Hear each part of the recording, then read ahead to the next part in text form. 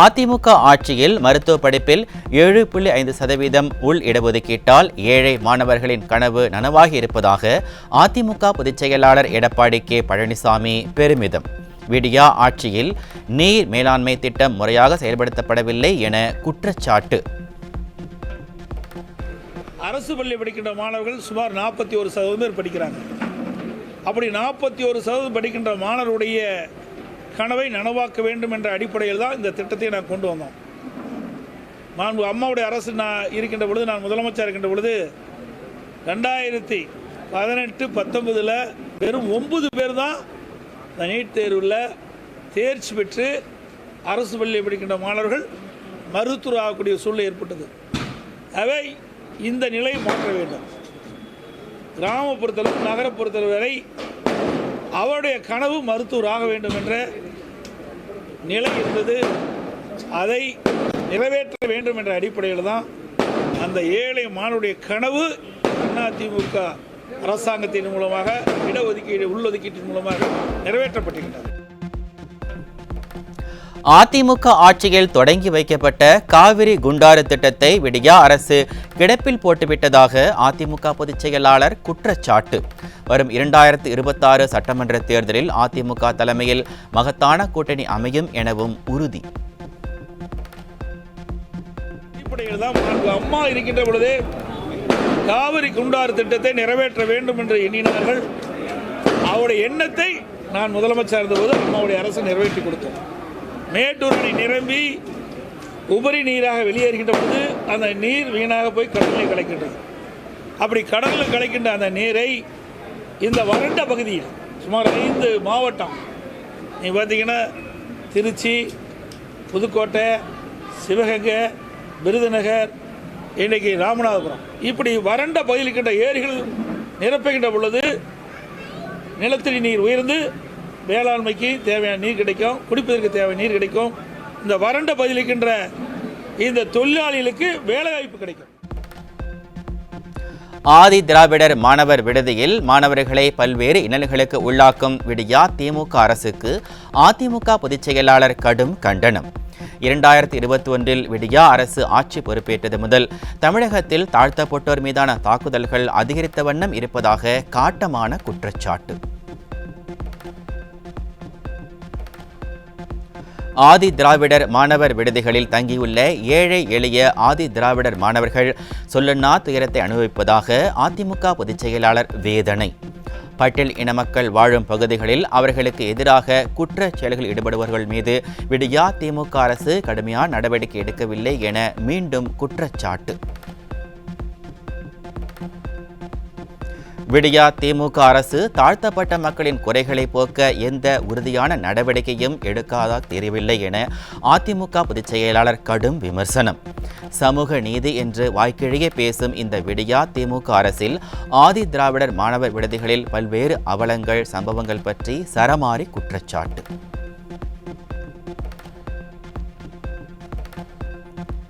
எந்த கொம்பனும் குறை சொல்ல முடியாத ஆட்சியில் தமிழகத்தில் சாதி பாகுபாடுகள் இல்லை என பொம்மை முதலமைச்சர் வெற்று பேச்சு. தமிழகத்தில் சாதி பாகுபாடுகள் அதிகரித்திருப்பதாக உண்மையை அம்பலப்படுத்திய விடியா கூட்டணி கட்சியான விடுதலை சிறுத்தைகள் தலைவர் திருமா.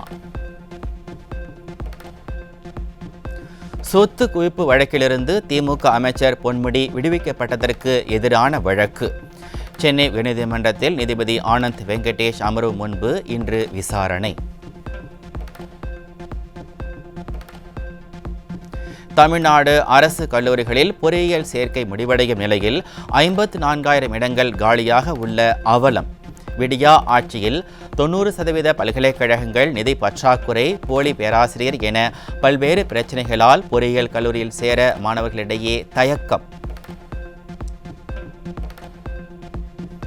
பொம்மை முதலமைச்சர் மீது மக்கள் அதிருப்தியில் இருப்பதை ஒப்புக்கொண்ட திமுக அமைப்பு செயலாளர். திமுக அமைச்சர்கள், எம்எல்ஏக்கள் மற்றும் எம்பிக்கள் தான் பொம்மை முதலமைச்சர் மீது அதிருப்தி ஏற்பட காரணம் என பகிரங்கமாக ஒப்புக்கொண்டு வாக்குமூலம். தமிழகத்திலிருந்து இலங்கைக்கு கடத்தப்பட இருந்த 1 கோடி ரூபாய் மதிப்பிலான கஞ்சா சிக்கியது.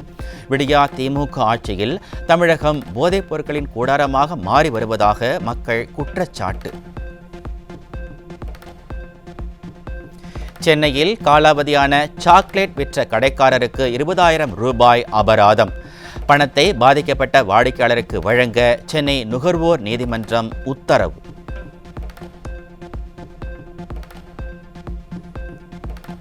சென்னையை அடுத்த வண்டலூர் உயிரியல் பூங்காவிலிருந்து 25 கோடி ரூபாய்க்கும் அதிகமான யானை தந்தங்கள் கடத்தப்பட்டதாக அதிர்ச்சி தகவல்.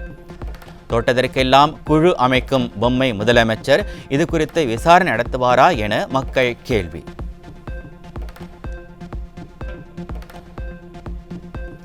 விடியா அரசின் சுகாதாரத்துறை அமைச்சரின் சொந்த தொகுதியிலேயே அரசு மதுபான கூடங்களில் சட்டவிரோதமாக படு ஜோராக நடைபெறும் மது விற்பனை. லஞ்சம் வாங்கிக் கொண்டு மது விற்பனையை போலீசார் கண்டுகொள்வதில்லை என பொதுமக்கள் குற்றச்சாட்டு.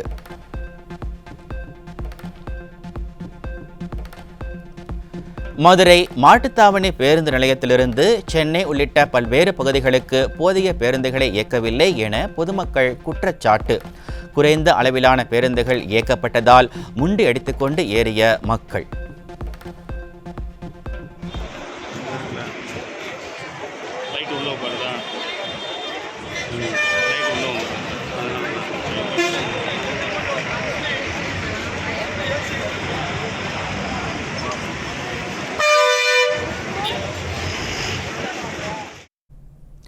விழுப்புரத்திலிருந்து சென்னைக்கு போதிய அளவில் பேருந்துகள் இயக்கப்படாததால் பல மணி நேரம் காத்திருந்த பயணிகள்.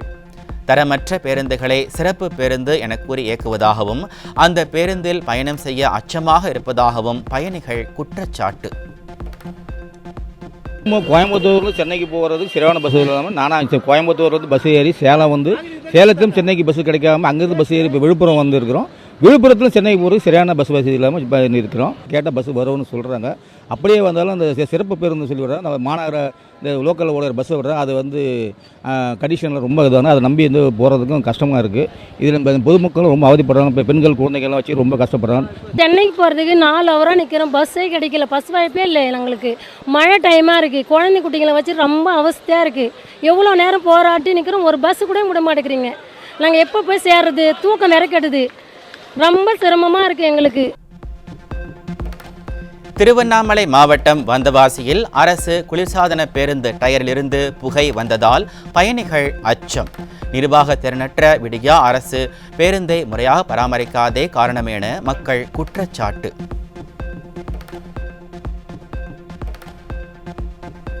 விடுமுறைக்காக தென் மாவட்டங்களுக்கு சென்றவர்கள் மீண்டும் சென்னை திரும்பியதால் தாம்பரம் ஜிஎஸ்டி சாலையில் கடுமையான போக்குவரத்து நெரிசல். வாகனங்கள் மெதுவாக ஊர்ந்து சென்ற நிலையில் விடியா திமுக அரசின் போக்குவரத்து காவல்துறை போதிய கவனம் செலுத்தவில்லை என பொதுமக்கள் குற்றச்சாட்டு.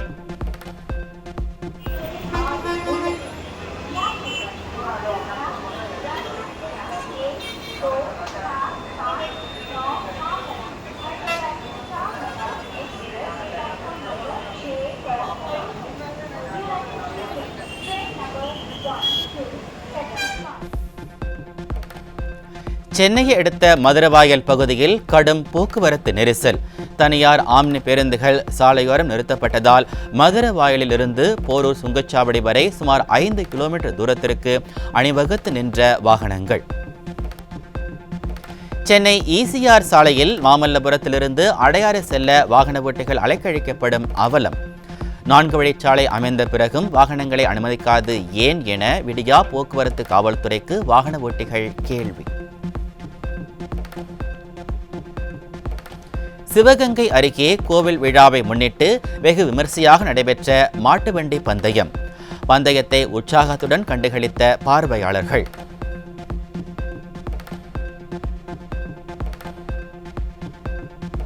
மாநகர பேருந்துகளில் QR கோட் ஜிபே வழியாக டிக்கெட் வழங்கப்படாத அவலம். விடியா திமுக அரசின் அறிவிப்புகள் அனைத்தும் வெற்று அறிவிப்பாக மட்டுமே இருப்பதாக மக்கள் குற்றச்சாட்டு. வட மாநில ஆர்டர் இல்லாததால் பட்டாசு தேக்கத்திற்கு வாய்ப்பு இருப்பதாக தமிழக பட்டாசு உற்பத்தியாளர்கள் கவலை.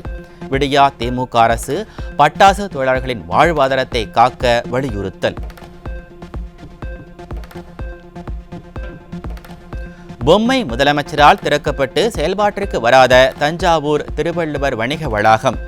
53 கோடி ரூபாயில் கட்டப்பட்ட வணிக வளாகம் டெண்டர் விடாமல் 6 மாத காலமாக முடங்கி கிடக்கும் அவலம். விடியா ஆட்சியில் நிதி பற்றாக்குறை மற்றும் நிர்வாக குளறுபடிகளால் சீரழிந்து கொண்டிருக்கும் கூட்டுறவுத்துறை. சுமார் 750 கோடி ரூபாய் அரசு நிலுவை வைத்திருப்பதால் கூட்டுறவுத்துறை முற்றிலும் முடங்கிவிடும் அபாயம். சென்னை, நாகை உள்ளிட்ட 9 துறைமுகங்களில் 1ஆம் எண் புயல் எச்சரிக்கை கூண்டு ஏற்றம். வங்கக்கடலில் காற்றழுத்த தாழ்வு மண்டலம் வலுப்பெற்றிருப்பதால் 1ஆம் எண் புயல் எச்சரிக்கை கூண்டு ஏற்றப்பட்டுள்ளது. பாராலிம்பிக் போட்டியில் வரலாற்று சாதனை படைத்த இந்திய வீரர்கள் 7 தங்கம், 9 வெள்ளி, 13 வெண்கலம் உட்பட 29 பதக்கங்களை வென்று 18வது இடம் பிடித்து அசத்தல்.